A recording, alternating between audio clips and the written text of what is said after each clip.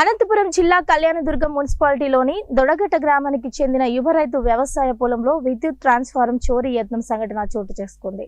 విద్యుత్ కాంట్రాక్ట్ కూలీలు ఎక్సోవేటర్ సహాయంతో రైతు ట్రాన్స్ఫార్మర్ చోరీకి పాల్పడి విఫలం చెందారు. అదే సమయంలో రైతు ప్రత్యక్షమయ్యాడు. వెంటనే రైతు 100కు విద్యుత్ అధికారులకు ఫోన్ చేసి చోరీపై ఫిర్యాదు చేశాడు.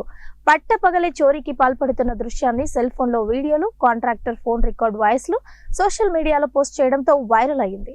సంఘటన స్థలానికి పోలీసులు చేరుకుని చోరీకి ఉపయోగించిన ఎక్స్కోవేటర్ వాహనాన్ని, కాంట్రాక్ట్ కూలీలను అదుపులోకి తీసుకుని పట్టణ పోలీస్ స్టేషన్ కు తరలించారు.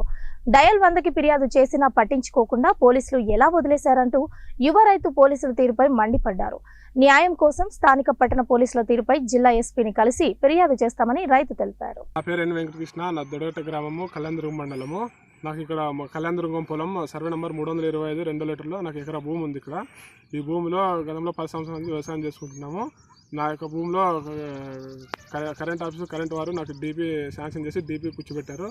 ఈ డీపీ అనగా కళ్యాణదుర్గం గ్రామం చెందిన ప్రస్తుతం డీపీ పనిచేస్తున్న మహబూబ్ పీరా అతని తమ్ముడైన షేక్ షాజహాన్ అతను ఏం చేశాడంటే నిన్న సాయంత్రము మాకు ఎవరికి ఇంటిమేషన్ ఇవ్వకుండా, ఎవరికి చెప్పుకోకుండా దొంగతనంగా అతను ఒక జేసీబీ తెచ్చి ఆయన బులోరో వ్యాన్ తెచ్చుకుని అతను పనిచేసే కాంట్రాక్టర్ని పనులను పెట్టుకుని వచ్చి మాకు తెలియకుండా దొంగతనంగా మా యొక్క డీపీకి సంబంధించి ఈ డీపీలో మొత్తం అన్నీ పీకుని వైర్లు అన్నీ పీకి